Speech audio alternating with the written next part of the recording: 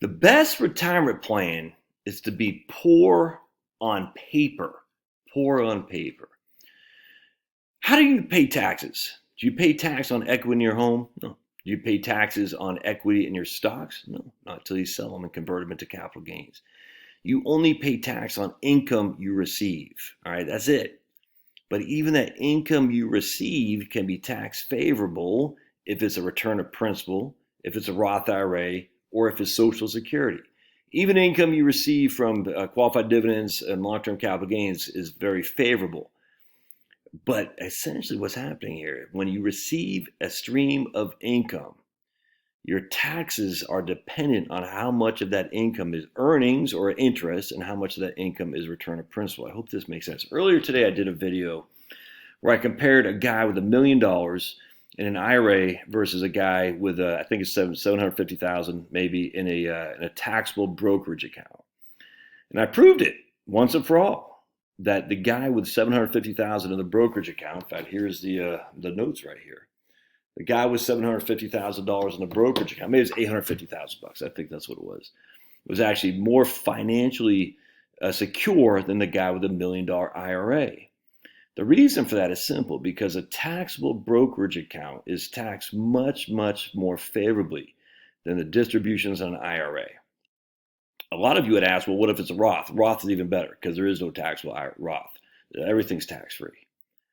So the question that comes to mind is, if I had, for simplicity, $1 million in a Roth IRA, and between Charlotte and I, we had $60,000 here in Social Security, you know what my taxable income is?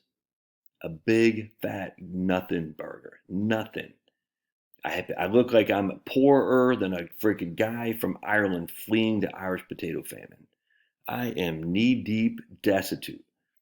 If you put me on the Census Bureau data set, they're going to say, oh my goodness, Josh has no money. I qualify for Medicaid. I could qualify for welfare. Even if I got my house paid off, even if I got over $1 million in net worth in liquid assets, I am poor on paper. So they're not coming after me, man, because they don't tax you on net worth. They don't tax you on equity. They don't tax you on your property. All right, now property taxes, yes, but they don't tax you on the equity in your property other than the local property tax. We are heavily contingent and relying on income taxes, but income is perceived differently. Again, income from an interest payment comes out as taxed as ordinary income. Now, I don't want to talk municipal bond income here because municipal bond income can go into to being with your Social Security, make your Social Security taxes. So we want to avoid that if we can. And frankly, there's better ways to goose your returns than having municipal bonds anyway. So I'm not a fan. I am a fan of looking poor on paper. If you're poor on paper, they can't raise your taxes unless they tax you as part of your total asset base, which could always happen. Look, I mean, this time, I mean, they're not going to tax mom and pop who own a $250,000 3-bed, 2-bath house. They're not going to tax them on that property. They're not. I mean, again, property tax, but not as a basis of net worth. That's simply not going to happen. Social Security, if that's your only income, that is reportable as taxable income, it's not taxed. Your Roth and Social Security means it's tax-free. But here's the freaking true benefit. So many people get caught up, and I think they make this huge mistake. They say, well, Josh, I'll be better off if I do this and that and this. I'm like, look, basic psychology says I am willing, if I have income today from a job, I'm more able to pay higher taxes today because I'm secure in my job, and it doesn't stress me out as much anymore as it does when I'm retired and don't have income coming in. So let me tell you what I'm talking about. Pay the taxes today to clear them and get them behind you, even if it costs you more net. I'm telling you, from a mental capacity, they've done studies on this.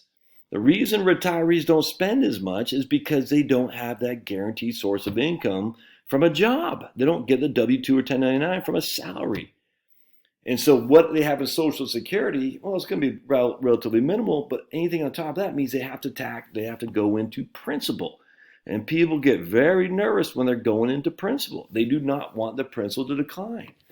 But they're willing to spend more if they see their principal going up because they're throwing money into it, 401k contributions. There's tons of studies on this. People are willing to spend more and consume more when they have secure income through a salary, a job. They spend less and they guard it more when they are retired and don't have that salary from an income stream. So if you take a guy and you're saying, look, guy, you're going to pay $20,000 when you're working versus $15,000 when you're retired, you should want to pay the $20,000 while you're working, so that way you don't have to pay $15,000 when you're retired. You only have to pay 10, if that makes sense. Because even though you pay less when you're retired, it still is more psychologically damaging because you've got to pay it from assets, which are going to be depleted. And you don't want to see those assets depleting because you can't go back to work. You're too old. So pay the taxes today to get them behind you. But Josh, I'll only be in a 12% tax bracket. You're only going to be in a 12% tax bracket when you retire because you're just living off your principal, but you still are going to be in the tax bracket. We don't want you to pay the taxes. We want you to pay it now while you have a secure, stable job. That way you don't have to worry about it again. That's why I don't like this whole thing. Like, I got to do these spreadsheets to prove that if I do Roth conversions or I don't do a 401k contribution, I'll pay $100 more in taxes later on today than I would if I did all that. Yes, but you're putting it into the future. And the future is this big unknown. Pay the taxes today to get it behind you. Pay it when you can afford it. So I'm just telling you, that's what I do. I don't do any pre-tax money. It all goes to my VTI and my M1 account, post-tax. Why? Because I want that. I want to pay the taxes now and get it behind me. That way, in the future, if I don't have an income stream, I don't get hit with a huge tax burden. I cannot tell you. That's happened to me. In 2018, I had no income because I quit my crappy old job. I took big money out of my IRA. Oh, not only did I have I took 130,000 out. So not only did I have to pay whatever that was, I only had $28,000 of income, but I took 100,000 out from my IRA. So I had total $128,000 of income. I had a 22% tax bracket. I had no income though. So I had to take more out from my IRA to pay the taxes that I had to take the money out to live on. On top of the fact, I had a 10% penalty too.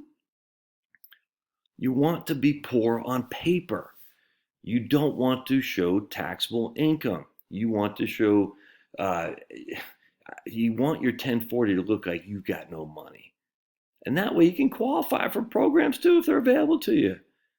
Look, I'm not saying you should, and I don't like the idea of qualifying for Medicaid if you got the access. I hate that crap. But what I'm saying is we don't want you to have to pay more taxes when you're retired if it meant you paid less when you're working. That does not make sense, man. I'm telling you, from a pure psychological perspective, it's so much better to live in retirement without having to pay taxes, without having to tap into your principal, than to be to try to do these spreadsheets while you're working in order to say, I am maximizing my portfolio when I'm 70 years old. Yeah, but man, you could have just spent a little bit more in taxes today to avoid any taxes in the future. Even if it costs you $10,000 more in taxes today, you don't have to pay those taxes again. Which means even if you only save $8,000 in the future, you're still going to save $8,000 in the future when you don't have a job, when you don't have an income, when you can't go back to work. If the markets decline, you're relying on the markets. All that stuff's behind you. Hope this makes sense. Love to hear your comments. Be poor on paper. That's the best retirement plan you can do. We'll see you.